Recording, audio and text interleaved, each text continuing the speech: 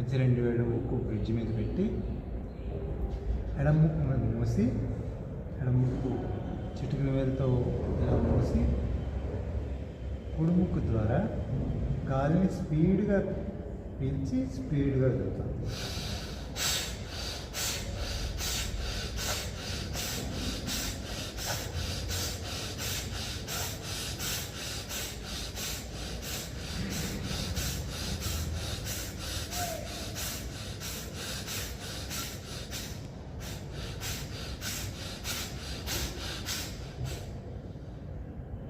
ఇప్పుడు మెల్లిగా